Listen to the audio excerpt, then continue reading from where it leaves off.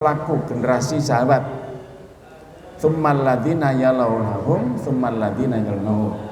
Kemudian generasi berikutnya setelah sahabat, dan generasi berikutnya setelah sahabat itu siapa? Generasi tabi'in. Kemudian generasi setelah tabi'in adalah generasi tabi'ut tabi'in. Ya. Bapak Ibu dan saudara sekalian, inilah generasi yang tiga generasi inilah yang oleh Rasulullah SAW dikatakan generasi terbaik, yang patut kita suri tauladani, yang patut kita ambil fatwa-fatwanya, yang patut kita ambil sumber hukum darinya, gitu ya. Karena yang ngomong ini kalau bukan Nabi tentunya nggak akan kita ikuti, karena yang ngomong ini Nabi, karena yang bicara ini hadis, ya. Maka kita tidak salah kalau kita harus mengikuti, karena generasi ini terbaik. Kalau Rasul sendiri yang mengatakan wama yantiku anil hawa illa wama yantiku anil hawa in huwa illa wahyu yuha. Jadi Rasul itu kalau sudah bicara itu bukan nafsu beliau, tetapi atas petunjuk Allah Subhanahu wa taala. Nah, bagaimana kondisi salaf di 10 hari terakhir? Sebelum saya menerangkan tentang kondisi salaf di 10 hari terakhir, saya ingin menjelaskan kepada jenengan salaf itu siapa, kan gitu kan. Salaf itu generasi terdahulu. Ada pondok pesantren Salafiyah. Loh, salaf kan? Ada Salafi, ada. Ya, ada Salafus Soleh. Nah, yang saya maksudkan adalah Salafus Soleh. Generasi terdahulu yang soleh. Generasi terdahulu yang itu Nabi sendiri mengatakan khairul quruni qarni. Khairul qurun, sebaik-baik kurun, sebaik-baik zaman, ya, adalah zaman setelahku. Setelahku itu siapa? Sahabat. Kemudian setelah itu setelah sahabat adalah tabi'in. Setelah tabi'in adalah tabi'ut tabi'in. Nah, saya sering tanya kepada jenengan, siapakah sahabat itu? Bu, ada yang tahu sahabat itu siapa? Orang yang ketemu Rasulullah. Abu Jahal ketemu Rasul enggak? Ketemu kan? Abu Lahab ketemu Rasul enggak? Ketemu. Tetapi apakah sahabat? Bukan. Kenapa? Tidak beriman. Jadi kuncinya itu seorang sahabat. Sahabat itu adalah seseorang yang beriman kepada Allah dan Rasulnya, ketemu Rasulullah SAW. Itulah sahabat. Nah, ada sahabat yang murtad. Ada sahabat yang murtad. Nah, sahabat yang murtad ini ya bukan sahabat. Dia hafal Quran, dia ahli jihad, tentunya ahli ibadah. Di akhir selesai Rasul SAW meninggal, orang ini membelot kepada nabi palsu, gitu ya. Nah, itu bukan sahabat. Jadi sahabat itu orang yang beriman, mulai dari ketemu Rasul dia beriman sampai dia meninggal keimanannya itu. Itulah sahabat. Nah, inilah Rasul mengatakan khairun nas, sebaik-baik manusia, khairul qurun, sebaik-baik kurunku, qarni, ya, sebaik-baik generasi adalah generasi yang hidup pada masaku, masa Nabi, kemudian generasi setelahnya dan generasi setelahnya. Nah, generasi setelah Nabi itu siapa? Para sahabat. Generasi setelah sahabat itu siapa? Tabi'in. Generasi setelah tabi'in itu siapa? Tabi'ut tabi'in. Nah, dari sini nanti akan kita ketahui imam-imam mazhab itu masuk generasi berapa. Kemudian perawi-perawi hadis itu masuk pada generasi apa? Apakah generasi tabi'in, apa generasi tabi'ut tabi'in? Itu ya. Sehingga pernah ada pertanyaan gini. Kalau Bukhari Muslim itu generasi setelah imam mazhab, lantas hadis-hadis yang diambil itu dari mana gitu.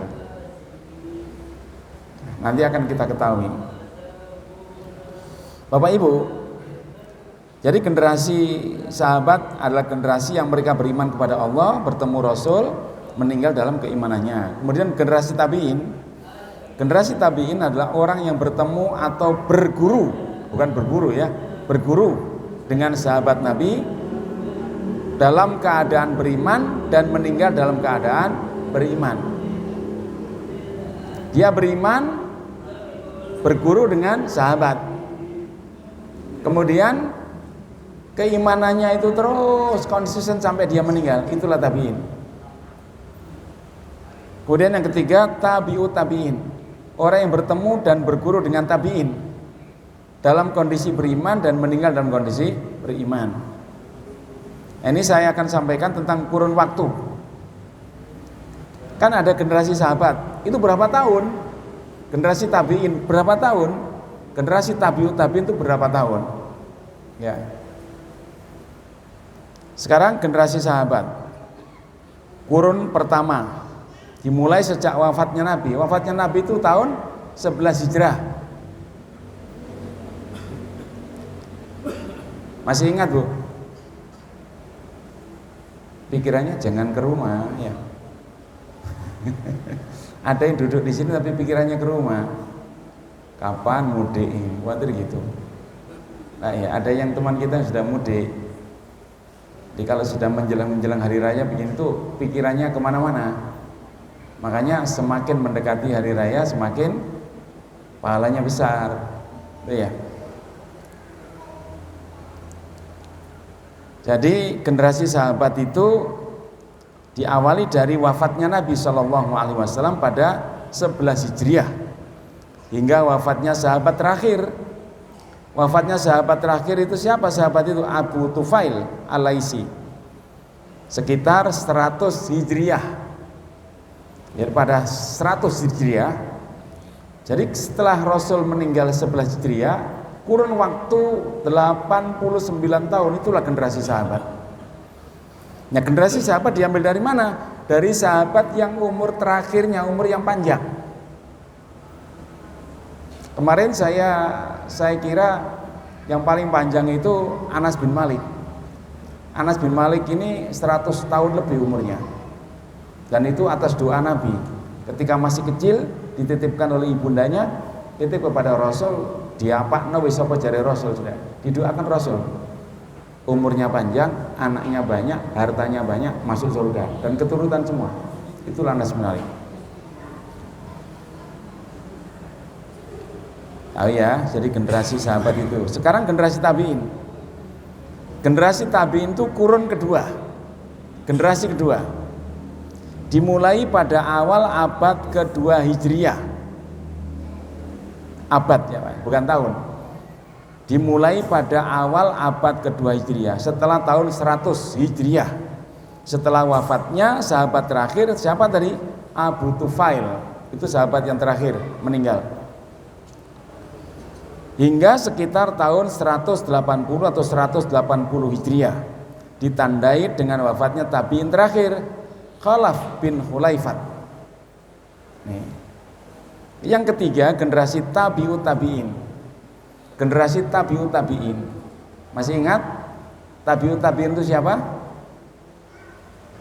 Orang yang beriman, berguru kepada tabi'in dan dia meninggal dengan keimanannya. Itu jangan dilupakan itu. Kapan itu? Kurun ketiga. Dimulai setelah berakhirnya masa tabi'in, akhir abad kedua Hijriah hingga sekitar tahun 300 Hijriah. Jadi khairul quruni qarni, itu generasi setelah Rasul sahabat. Tsummal ladzina yalaunahum, kemudian generasi tabi'in, kemudian tsummal ladzina yalaunahum, generasi tabi'ut tabi'in. 300 tahun Pak. 300 tahun. Itulah generasi terbaik kata Nabi. Setelah itu enggak ada jaminan. Kalau memang orangnya baik ya bisa kita ikuti, kalau enggak. Tapi kalau ini Rasul sudah katakan inilah generasi terbaik. Walaupun di generasi yang terbaik itu ada yang enggak baik, gitu ya. Nah sekarang kita rangkum timeline 3 kurun terbaik. Sahabat 11 Hijriah sampai 100 Hijriah, tabi'in 100 Hijriah sampai 181 Hijriah, tabi'ut tabi'in 181 Hijriah sampai 300 Hijriah. Kurun waktu pengumpulan hadis-hadis utama pada kurun terakhir, Pak. Jadi pada kurun terakhir inilah pengumpulan hadis-hadis utama. Nah, kita coba kembali kepada awal. Kalau untuk sahabat semuanya tahu. Siapakah sahabat itu? Nah, ya diantaranya Abu Bakar, Umar, Utsman, Ali, sahabat-sahabat itu yang jenengan tahu lah. Kalau jenengan disebut Bilal bin Rabah, siapakah Bilal bin Rabah itu? Sahabat. Kalau ada mengatakan siapakah Bilal bin Rabah itu, tabi'in, ya keliru. Walaupun ada namanya Bilal itu tabi'in, tapi Bilal bin Rabah ini adalah tukang adanya Rasul SAW, seorang sahabat. Nah sekarang generasi tabi'in, generasi tabi'in ini diantara tokoh-tokohnya, ketika jenengan mendengar Uwais Al-Qarni, Uwais Al-Qarni ini adalah seorang tabi'in. Generasi tabi'in itu generasi setelah sahabat, dia berguru kepada sahabat. Uwais Al-Qarni, masih ingat kisah Uwais Al-Qarni? Uwais Al-Qarni itu yang menggendong ibunya, ya, dia tidak terkenal di dunia tapi dikenal di langit. Yang kedua Sa'id bin Al-Musayyab, Sa'id bin Al-Musayyab ini generasi tabi'in. Yang terkenal lagi adalah Hasan Al-Basri, ya. Ini generasi tabi'in, ulama besar Hasan Al-Basri. Kemudian Ibnu Sirin, Umar bin Abdul Aziz. Umar bin Abdul Aziz itu apanya Umar bin Khattab?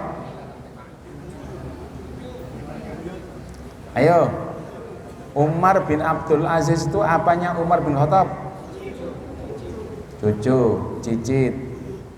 Yang penting itu cocok tuh ya. Umar punya anak namanya Asim. Asim dinikahkan dengan Fatimah, anak penjual susu. Lahirlah Ummu Asim. Ummu Asim dinikah oleh Marwan bin Abdul Aziz. Ini anak seorang khalifah juga, ya. Sama-sama solehnya. Marwan bin Abdul Aziz seorang yang soleh, Ummu Asim solehah. Lahirlah Umar bin Abdul Aziz. Nah, gitu. Jadi cicit dari Umar bin Khattab. Lah Umar bin Abdul Aziz ini termasuk generasi tabi'in. Kemudian ini yang saya ambil yang dikenal-kenal aja, yang terkenal. Urwah bin Zubair.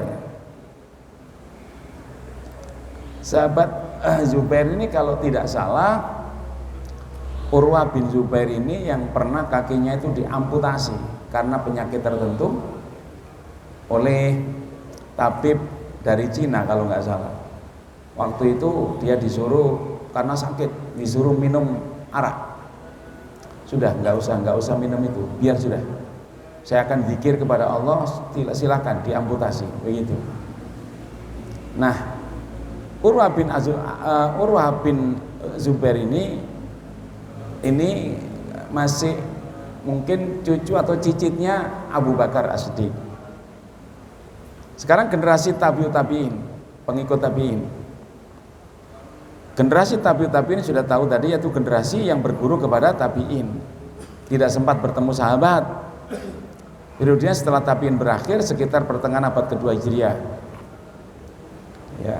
Nah, karakteristiknya tabi'ut tabi'in, masa keemasan kodifikasi pembukuan ilmu Islam dan hadis. Jadi pada masa Nabi hadis boleh dicatat enggak? Bertanya, pada masa Nabi hadis boleh dicatat enggak? Pertama enggak boleh, Pak. Enggak boleh. Supaya apa? Supaya membedakan ketika wahyu turun dicatat oleh sahabat-sahabat pencatat. Ya, sahabat Zaid bin Sabit, sahabat Muawiyah bin Abi Sufyan. Ada sahabat-sahabat khusus yang memang mencatat wahyu yang turun. Kemudian ada sahabat yang lain. Nah, ketika sahabat yang lain itu dilarang oleh Rasul untuk mencatat hadis, khawatir campur antara hadis dengan wahyu. Sehingga pada kurun terakhir sahabat ini minta kepada Nabi, ya Rasul, bolehkah aku mencatat hadis? Boleh, diperbolehkan. Sehingga pada Rasulullah, pada hidup Rasul akhir-akhir itu baru diperbolehkan mencatat hadis. Nah, dari catatan hadis oleh para sahabat ini terus dikembangkan sampai pada akhirnya pada masa tabi'ut tabi'in itu baru dibukukan. Ya. Di antara tokoh-tokohnya adalah tokoh tabi'ut tabi'in Imam Malik bin Anas, Imam Muhammad bin Idris Asy-Syafi'i. Imam Muhammad bin Idris Asy-Syafi'i. Jadi Imam Syafi'i itu tabi'ut tabi'in. Imam Ahmad bin Hambal yang wafat pada tahun 241 Hijriah. Kemudian Abu Hanifah An-Nu'man yang wafat pada tahun 150 Hijriah. Sufyan Ats-Tsauri. Inilah orang-orang yang terkenal. Kita ambil orang-orang yang terkenal saja. Jadi Bapak Ibu dan saudara sekalian, inilah generasi terbaik, ya, terbaik. Nah sekarang imam perawi hadis. Nah kalau jenengan tahu seperti Bukhari, Muslim, ya, kemudian Imam At-Tirmidzi, Nasai, Ibnu Majah, itu masuk generasi apa? Generasi tabi'ut tabi'in yang hidup pada abad ketiga Hijriah. Gitu ya. Jadi sudah ada gambaran kan ya? Sahabat itu begini, tabi'un itu begini, tabi'ut tabi'in itu begini. Yang paling dikenal adalah kapan pengumpulan hadis. Ya. Kemudian imam-imam mazhab itu masuk generasi apa? Nah, Bapak Ibu, generasi tabi'ut tabi'in kalau dalam pemerintahan itu masa-masa kejayaan umat Islam. Ketika umat Islam pada masa Abbasiyah, jauh setelah Nabi Shallallahu Alaihi Wasallam, para sahabat dan tabiin sudah meninggal, ya, sudah meninggal. Imam Bukhari yang menulis Sahih Bukhari, ya, lahir di akhir masa tabiin. Namun ia termasuk golongan sighar at-tabi'ut tabiin. Jadi tabiin kecil atau ulama yang mengkaji. Nah, dari sinilah Bapak Ibu yang dirahmati Allah Subhanahu wa taala, akhirnya kita tahu walaupun katakanlah kalau Imam Bukhari, Imam Muslim, Imam At-Tirmidzi, Sunan At-Tirmidzi, dia mengumpulkan kitab hadis yang di situ disebut Sunan At-Tirmidzi, kemudian yang lainnya itu kan hidup setelah imam-imam mazhab. Ketika imam-imam mazhab itu kemudian mengambil hadis itu dari mana? Sebelumnya kan sudah ada, tapi belum ada dibukukan hadis-hadis sebagaimana Imam Bukhari, sebagaimana Imam Muslim. Imam Muslim itu muridnya Imam Bukhari. Sunan Abu Dawud, Sunan At-Tirmidzi, ya, dan lain sebagainya. Ya. Jadi jangan terkecoh dengan orang-orang yang kamu kok berpegang kepada Imam Bukhari. Imam Bukhari itu belum hidup, imam-imam madzhab sudah ada. Imam Syafi'i sudah ada. Imam Syafi'i meninggal baru hidup Imam Bukhari. Kok kamu kencang memegang Imam Bukhari? Kan gitu kan. Bapak Ibu dan saudara sekalian, walaupun demikian, apa yang diambil, hadis yang diambil dari imam madzhab, ya, itu sebelumnya sudah ada dari sahabat, ya kita. Nah sekarang kita terakhir, jadi khairul quruni qarni, inilah generasi terbaik. Terbaik karena apanya? Karena keimanannya, karena pemahaman agama, dan karena akhlak mereka yang paling mendekati Nabi Shallallahu Alaihi Wasallam. Sekarang kita kembali pada apa yang dilakukan generasi salaf itu di akhir Ramadan.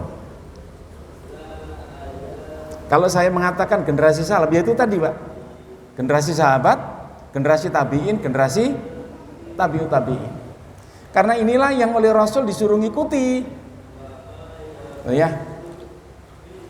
Jadi kalau mamanya Imam Nawawi itu jenengan lihat, jenengan googling, lahir meninggal tahun berapa. Kalau di luar daripada tahun 300 Hijriah, berarti beliau bukan kategori khairul quruni qarni. Tapi karena beliau itu ulama hebat, bisa kita tiru. Gitu ya. Kondisi salaf di akhir Ramadan. Bapak Ibu, Ramadan hampir finish. Tinggal berapa hari? Sekarang besok Selasa. Ya, Selasa ya. Khawatir jenengan bilang Rebo, oke cepet.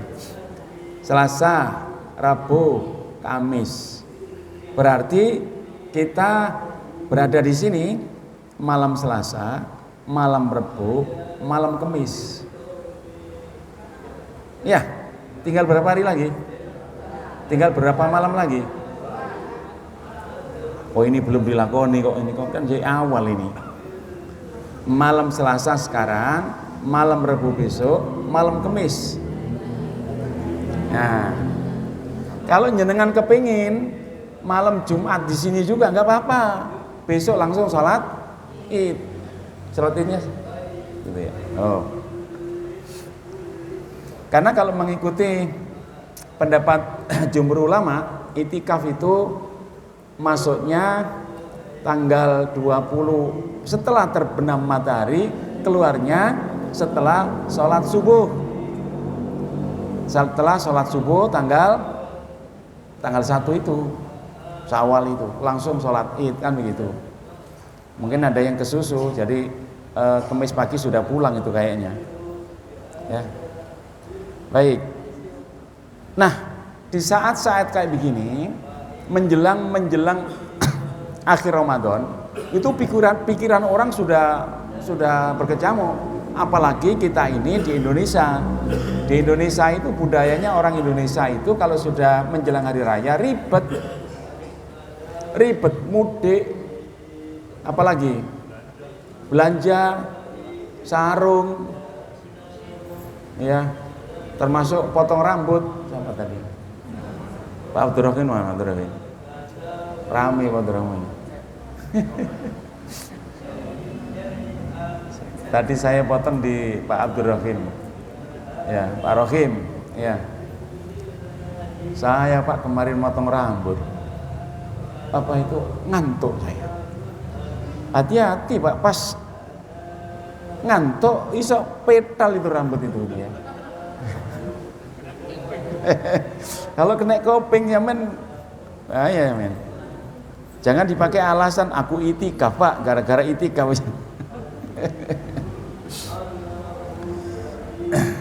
Ibnu Rajab Al-Hambali berkata, bagaimana bisa seorang mukmin tidak meneteskan air mata ketika berpisah dengan Ramadan?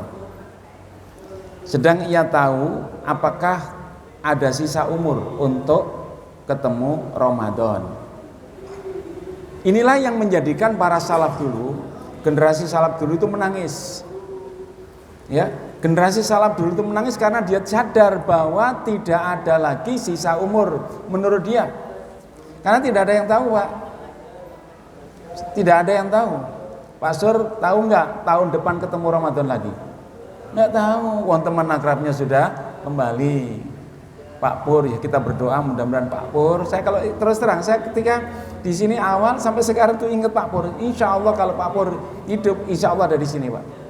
Ya, kita doakan mudah-mudahan Allah memberikan ampunan kepada beliau, ditempatkan di alam barzah dengan kenikmatan dan rahmat dari Allah Subhanahu wa taala. Ya.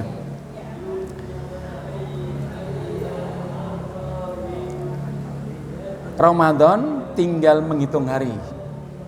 Tinggal menghitung jam, detik kepergian bulan Ramadan tidak bisa dielakkan lagi. Pasti Ramadan pasti akan pergi. Ramadan pasti akan meninggalkan kita.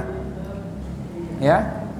Apa yang sudah kita lakukan kemarin, demi Allah sampai hari kiamat tidak akan ketemu lagi. Ya. Banyak orang yang berduka cita karena ditinggalkan Ramadan. Padahal mereka tidak tahu, jangan-jangan Ramadan ini Ramadan yang terakhir. Jangan-jangan yang terakhir. Paling iya Ustaz, umur saya sudah tua. Belum tentu, bisa-bisa yang muda duluan. Iya, bisa-bisa yang muda duluan. Jadi namanya umur tuh gak ada yang tahu.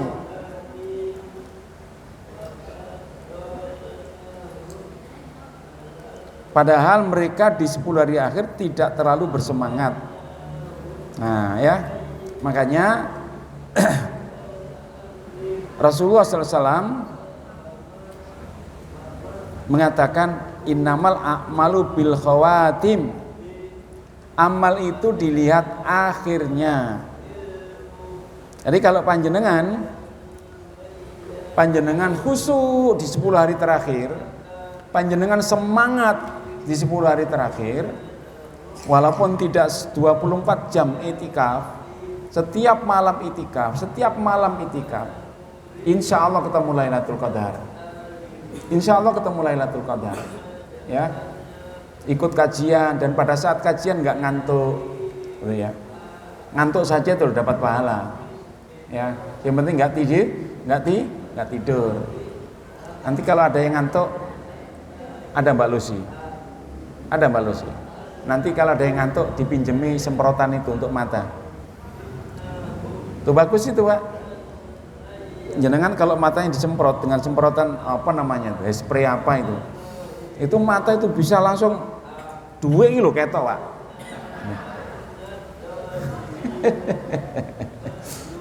Waktu jenengan mau sholat malam itu kan agak ngantuk-ngantuk itu ya. Matanya disemprot dulu, insya Allah nggak ngantuk. Ya, nggak ngantuk. Bapak Ibu, coba kita perhatikan di sekitar kita, di mana orang-orang di sekitar kita sebagian mereka disibukkan dengan hiruk pikuk di ujung Ramadan. Tadi yang ke KDS, ada yang ke KDS tadi. Lebih banyak mana? Di Al-Hidayah sama KDS. Waktu sini sholat taraweh. Oh berarti jenengan ke sana? Kok tahu?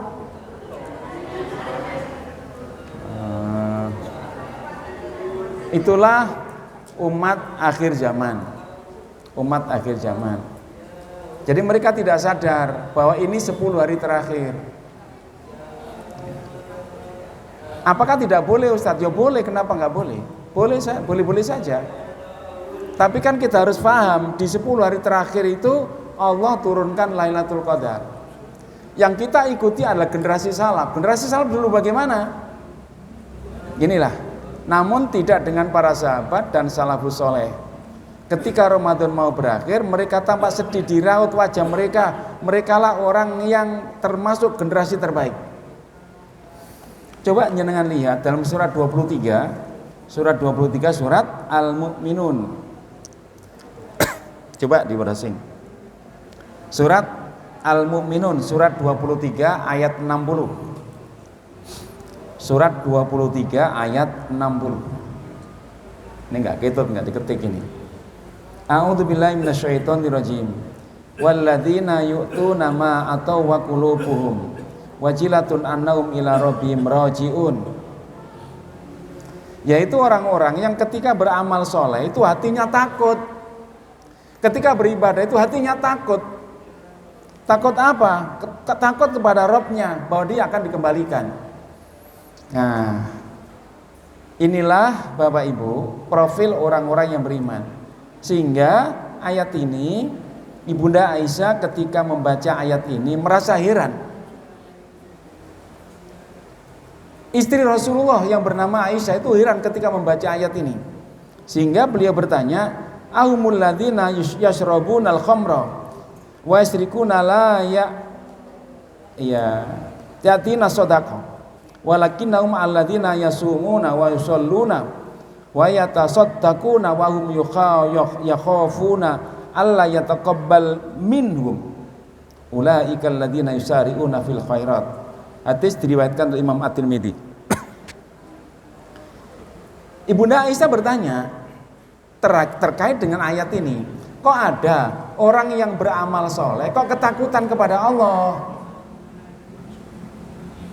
Ada orang beramal soleh kok ketakutan kepada Allah. Dia bertanya, apakah mereka itu habis minum khamr?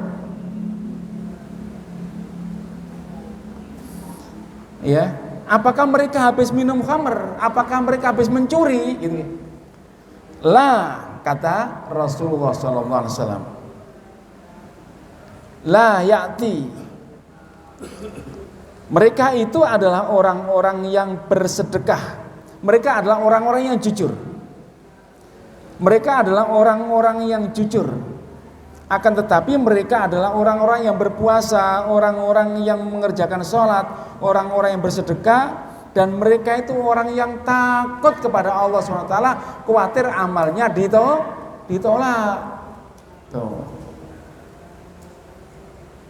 Bapak, inilah karakter orang yang beriman, dan itu harus kita miliki. Ayo kita tanyakan pada diri kita masing-masing. Apakah kalau kita beribadah kepada Allah, apakah kalau kita beribadah kepada Allah itu ada rasa dua? Satu, takut. Takut kalau ibadah kita ditolak sama Allah. Yang kedua, takut kalau dosa kita tidak diampuni oleh Allah. Kalau jenengan memiliki dua hal itu, sama dengan generasi awal. Jadi generasi sahabat, generasi awal-awal itu adalah orang-orang salafus saleh itu, ketika mereka itu beribadah, mereka itu takut menangis kepada Allah. 10 hari terakhir Ramadan, mereka tuh nangis, bersedih, nggak mikir no kelambi, nggak mikir no baju, nggak mikirkan, ndak. Mereka tuh menangis di hadapan Allah Subhanahu wa taala, takut kalau Ramadannya ditolak. Kalau sekarang takutnya, kalau sekarang menangis karena nggak bisa beli baju. Kalau dulu menangis karena takut, khawatir kalau ibadahnya ditolak sama Allah. Oh, beda jauh kan? Beda jauh. Kalau dulu ketika Ramadan mau berpisah dengan dia, menangis. Andai kata setiap hari, setiap tahun Ramadan terus, betapa indahnya, betapa nikmatnya. Begitu. Tapi kalau kita Ramadan mau berakhir, lebih cepat, lebih baik. Itu orang sekarang, insya Allah bukan panjenengan. Ya. Makanya kalau kita kembali kepada generasi awal, mereka itu di saat-saat terakhir kayak gini, itikaf itu menangis. Itikaf adanya mau menangis, apalagi sholat malam, nangis. Ya, tuh. Namun tidak dengan para sahabat dan salafus soleh. Ketika Ramadan mau berakhir, mereka tampak sedih di raut wajah mereka. Merekalah generasi yang terbaik umat ini. Ya. Ada beberapa alasan mengapa mereka bersedih. Nih, pertama, kepergian Ramadan berarti pergi pula berbagai keutamaan. Ramadan itu keberkahannya apa? Ramadan itu keutamanya apa? Satu, amalan-amalan sunnah pahalanya seperti wajib. Amalan wajib dilipat gandakan menjadi 70 sampai 700. Puasa tidak terbatas. Bacaan Quran jenengan satu huruf di luar Ramadan 10. Tapi di dalam bulan Ramadan 70. Jumlah huruf-huruf yang ada dalam Al-Quran 325.015 huruf, kalikan sudah. Akhirnya kan para sahabat dulu berlomba-lomba memperbanyak menghatamkan Al-Quran. Pertanyaannya, menjelang kurang 3 atau 4 hari lagi, jenengan sudah berapa kali khatam Al-Quran? Atau jangan-jangan memang sudah terlalu banyak pahalanya jenengan? Tidak perlu pahala Ustaz, yang penting mlebu swarga. Tidak apa-apa sih mencari Ustaz Imam, tidak apa-apa ning emperan ini pinggiran ini tidak apa-apa. Nek kepreset ngiri yo nang neraka, nek kepreset nengen yo nang swarga, kan begitu. Bukan itu, ya. Makanya Bapak Ibu dan saudara sekalian, di Ramadan itu keberkahannya banyak. Qad ja'akum syahrul Ramadan. Ya. Syahrul mubarak, begitu. telah datang kepada kalian Ramadan, bulan penuh berkah. Iftaradallahu siyamahu, diwajibkan puasa. Di bulan Ramadan pintu surga dibuka, pintu neraka ditutup, setan dibelenggu. Nanti setelah Ramadan setan diculne maneh, ya, digoda lagi jenengan. Oh, di dalam bulan Ramadan saja setan dibelenggu masih berat kok. Apa berat itu? Masih. Allahu Akbar. Kemudian yang keempat, ada malam yang sama dengan khairun min alfi syahr, dan itu tidak ditemukan di luar bulan Ramadan, sehingga para salaf menangis. Kepergian Ramadan adalah kepergian keutamaan Ramadan. Mereka menangisnya satu, jangan-jangan ibadah saya ditolak sama Allah. Yang kedua, tahun depan saya belum tentu masih hidup. Kenapa kok tidak saya manfaatkan? Di akhir-akhir Ramadan menangis kayak begitu. Harusnya kita pun begitu. Semakin hari semakin tambah banyak yang itikaf, tambah banyak yang itikaf. Oh gitu, Pak. Ya. Insyaallah. Bapak Ibu dan saudara sekalian, yang kedua, masih ingat peringatan Rasulullah SAW? Kenapa generasi salaf dulu kok menangis? Mestinya kata Nabi, Ramadan menjadikan seseorang diampuni dosanya. Sehingga jika ada orang yang mendapati Ramadan sebulan penuh tapi tidak diampuni dosanya, apa kata Rasulullah? Ini yang ngomong ini siapa? Malaikat Jibril. Sakiya abdun adraka Ramadan fansalakha minhu walam yukfar lahu. Rawu al-Hakim wa Tabrani. Sakiya abdun, rugi, celaka seorang hamba ketika dia ketemu Ramadan, sampai selesai Ramadan dosanya tidak diampuni oleh Allah SWT. Inilah yang menjadikan generasi salaf dulu menangis. Jangan-jangan amal saya ditolak sama Allah, jangan-jangan dosa saya tidak diampuni sama Allah. Padahal generasi salaf itu generasi yang terbaik. Oh ya, harusnya kita di atas itu nangisnya. Wis ndak kober mikiri ini, oh ndak kober wis. Tapi kan jek kober nyenengan. Ya. Malah bukan hanya mikiri hari rayanya, mikiri setelah hari raya.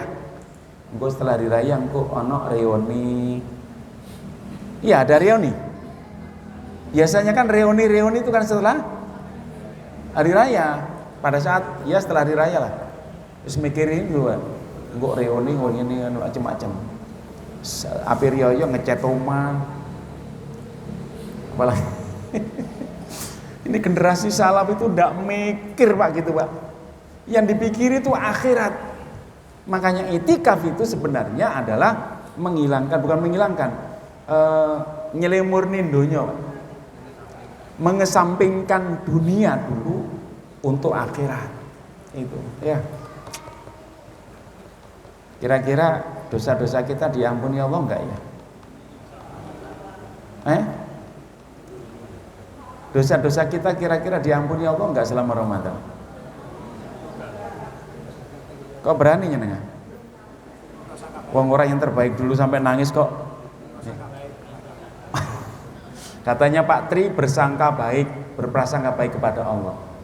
Sudahlah pasti diampuni sama Allah sudah. Bapak Ibu,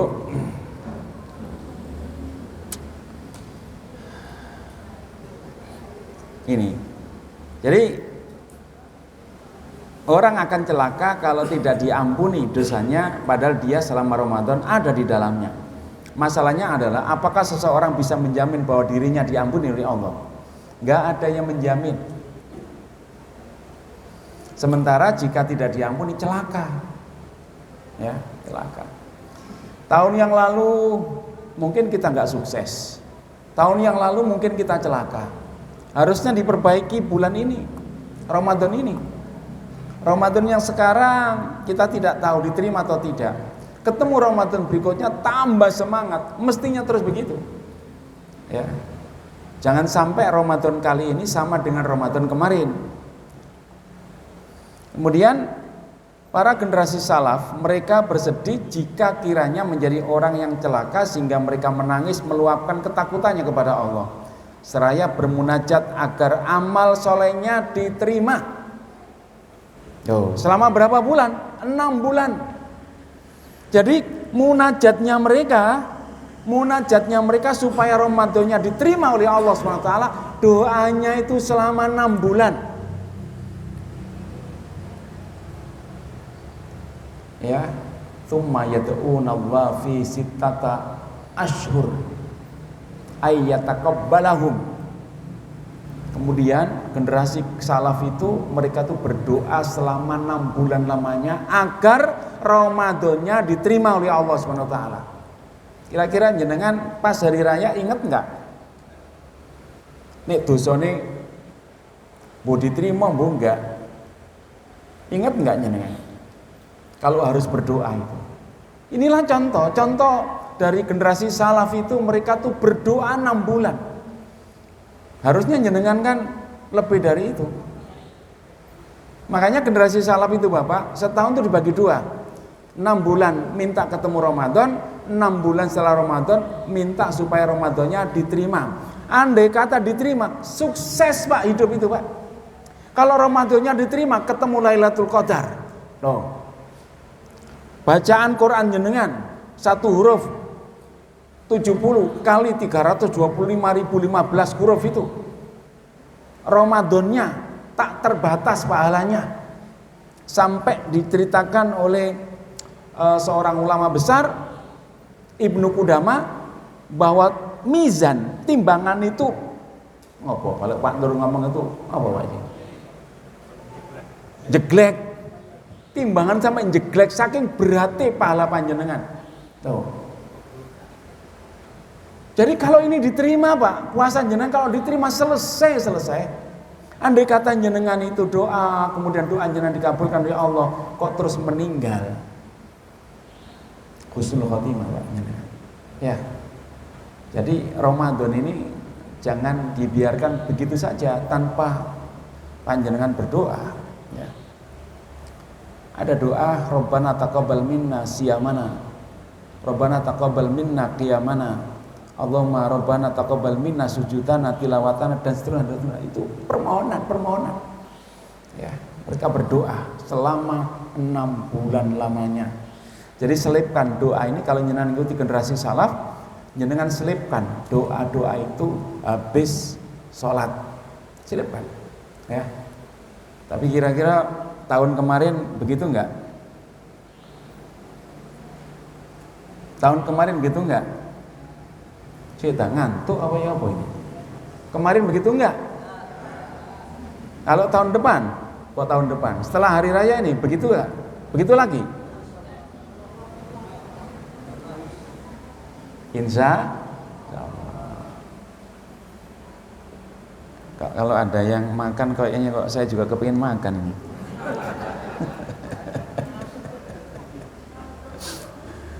Bapak Ibu dan saudara sekalian, bagi generasi salaf menjelang kepergian Ramadan begitu berat dan sedih, dan mereka penuhi Masjid Nabawi, penuh sesak orang-orang yang beriktikaf, ya.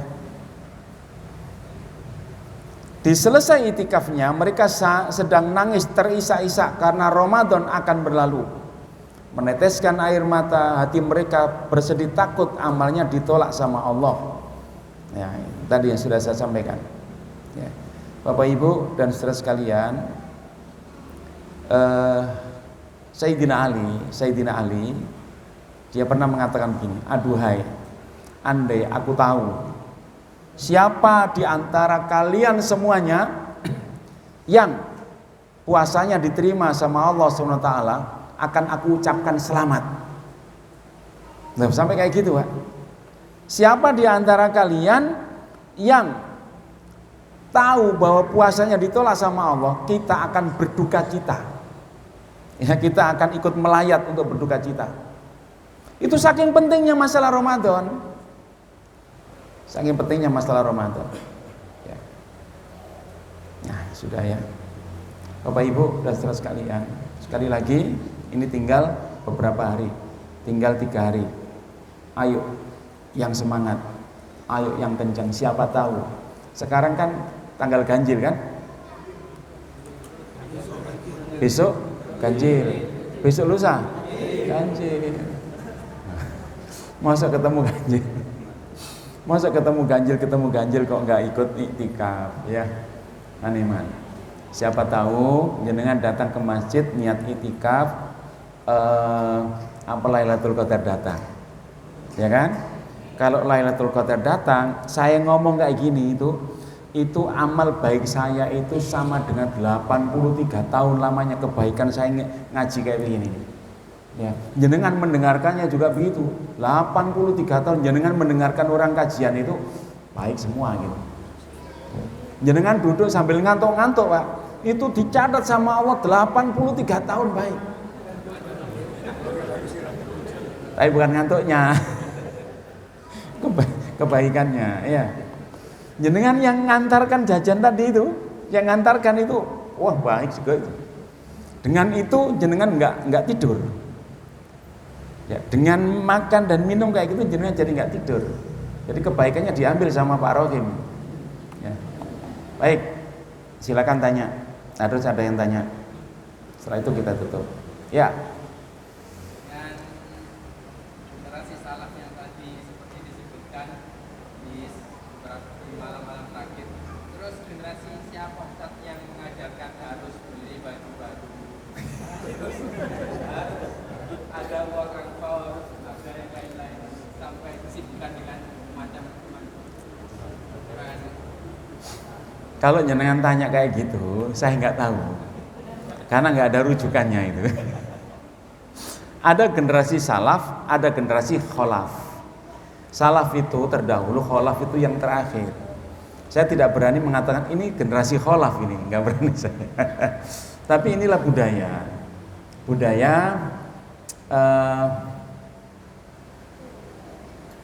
ada sebuah hadis Nabi kalau nggak salah, laisal id man labisal jadid, ya, bukan disebut id itu kalau baju baru, no.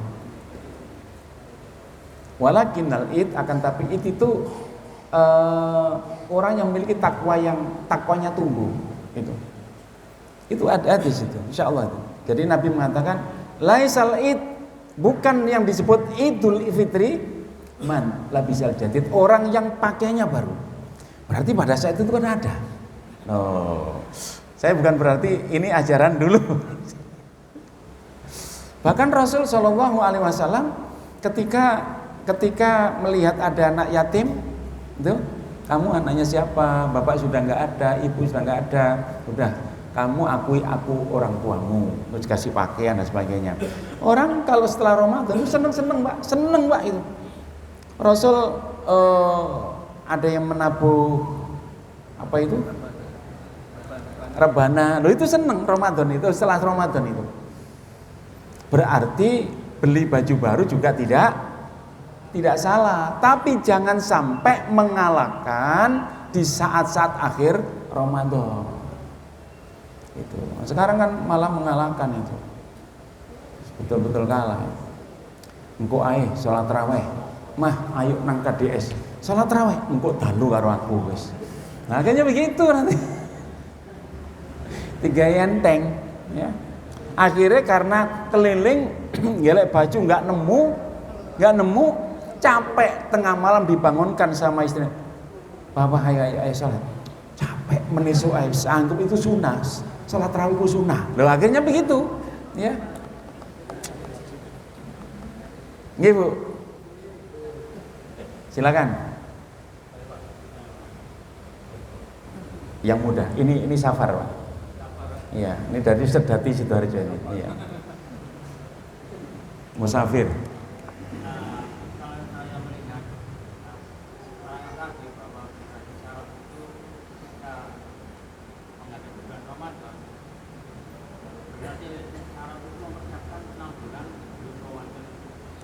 Berdoa. Mempersiapkan bulan Ramadan. Iya. Bulan Ramadan dia mengintrospeksi diri. Ya. selama 6 bulan Iya. lagi. Sehingga kalau dilihat dari momen seperti itu, seakan-akan itu generasi salaf itu akan selama setahun seakan-akan puasa di bulan Ramadan. Nah, yang menjadi pertanyaan adalah apakah generasi salaf itu dalam melakukan itu berjamaah atau nafsi-nafsi? Iya. Pertanyaan itu bagus. Bapak Ibu dan saudara sekalian, tidak ada keterangan bahwa generasi salaf ketika berdoa, ya kan? Ketika berdoa itu bareng-bareng, tidak. Ya. Tapi Ibnu Rajab mengatakan kanu yad'unallaha. Mereka itu adalah orang-orang yang berdoa kepada Allah. Ya. Berdoa kepada Allah agar bertemu Ramadan di 6 bulan. Doanya itu 6 bulan. Saking kepinginnya. Mereka itu tahu. Mereka itu tahu apa? Tahu keutamaan Ramadan. Ramadan ini Pak. Apa ya? Ramadan ini hadiah untuk orang yang beriman. Ramadan ini rahmat betul untuk orang yang beriman. Dulu sebelum Rasulullah SAW, umat itu umurnya panjang-panjang. Lah sekarang kan pendek-pendek, Pak. Umat Rasulullah baina sitin wa sabiin, 60 sampai 70 tahun. Ya, 60 sampai 70 tahun. Dan dari 60-70 tahun itu tentunya kalau nggak ada Ramadan kita nggak bisa mengalahkan, Pak. Nggak bisa mengalahkan hebatnya orang-orang dulu yang umurnya panjang-panjang. Oh ya, kita ketemu Ramadan. Coba Pak Sur Yuswa pinten Pak Sur? Oh, 26. 66. Katakanlah beliau umur 20, katakanlah 20 baru puasa Ramadan. Berarti berapa kali Pak Sur? 46 kali. Anggap saja 40 itu lewat, nggak diterima. Yang diterima 6. Yang diterima 6 ketemu Lailatul Qadar. 83 tahun sekian bulan kali 6 berapa? Berapa? 500-an tahun. 500-an tahun umurnya beliau itu baik, Pak. Loh. Beliau tuh 500 tahun untuk mengamalkan kebaikan terus. Luar biasa Allah memberikan rahmat kepada umat Rasulullah SAW. Begitu, Pak. Ya. Dan kita ini Rasul itu melaksanakan puasa Ramadan berapa kali? Berapa kali? Puasa Ramadan 2 Hijriah. Rasul meninggal 11 Hijriah. Berapa kali? 9 kali. 9 kali. Ada seorang sahabat Madinah, ya seorang sahabat Ansor, dia meninggal. Dia itu di usia 37 tahun, Pak. Di usia 37 tahun meninggal. Ketika dia meninggal, aras itu goncang. Diceritakan dalam hadis itu, aras itu goncang. Ramadan yang dia lakukan tidak terlalu lama. Ramadan yang dia lakukan tidak terlalu lama, tidak seperti jenengan petang polo, peng telung polo, peng seket gitu ya. Tapi mereka berkualitas Ramadannya itu. Ya coba ya di sini. Jadi Bapak dan Saudara sekalian, Ramadan itu ukuran, tolak ukur kebaikan seseorang, tolak ukur kebaikan umur seseorang.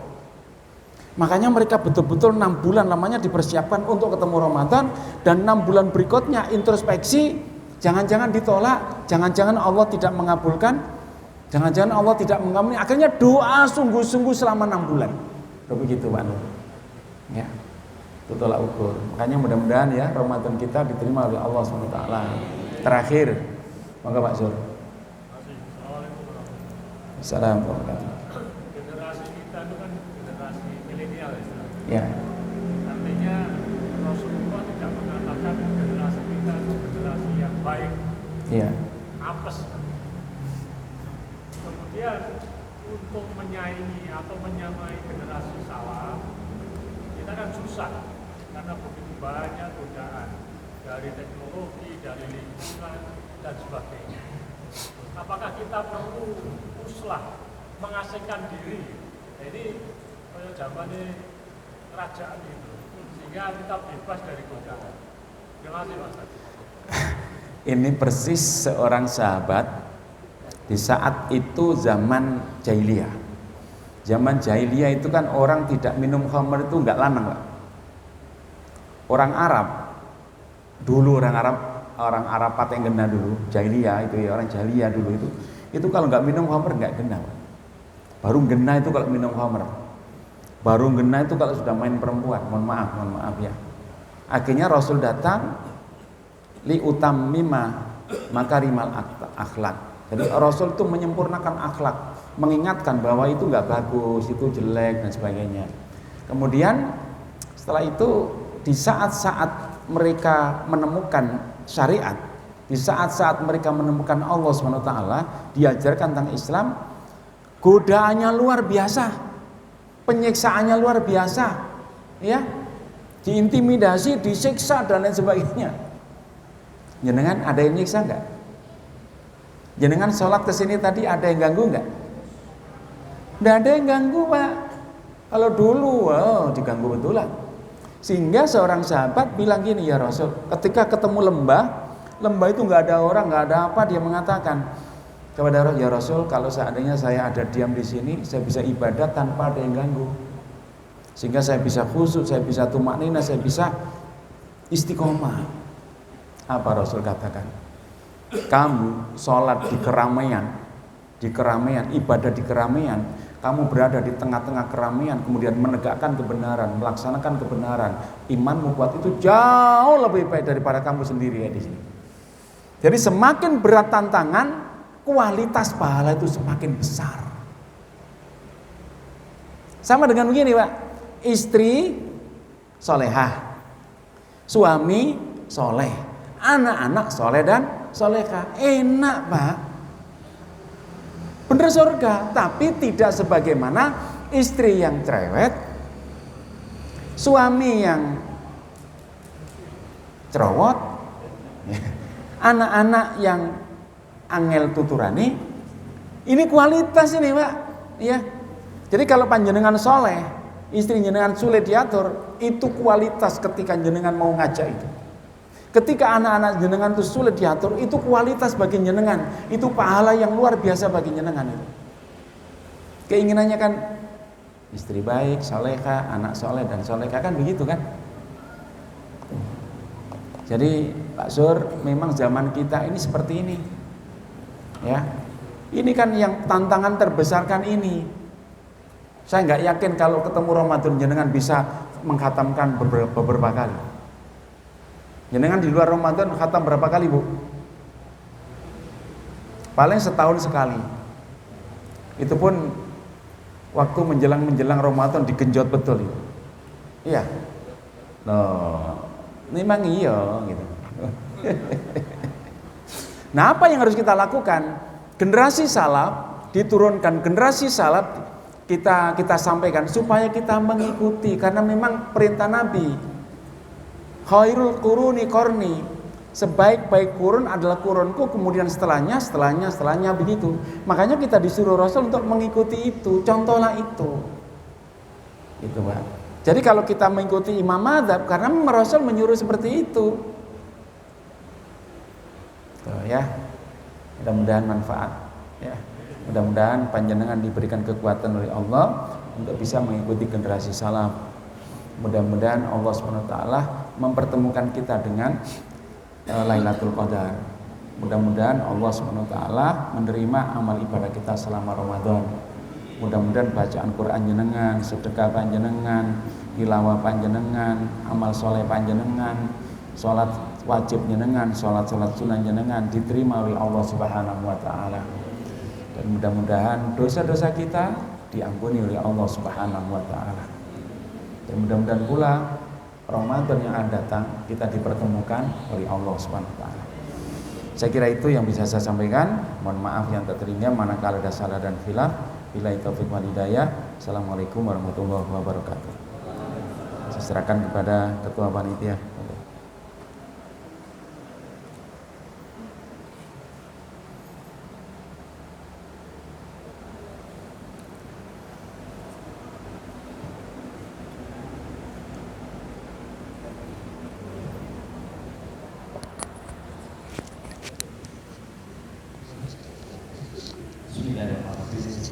Assalamualaikum Assalamualaikum warahmatullahi wabarakatuh.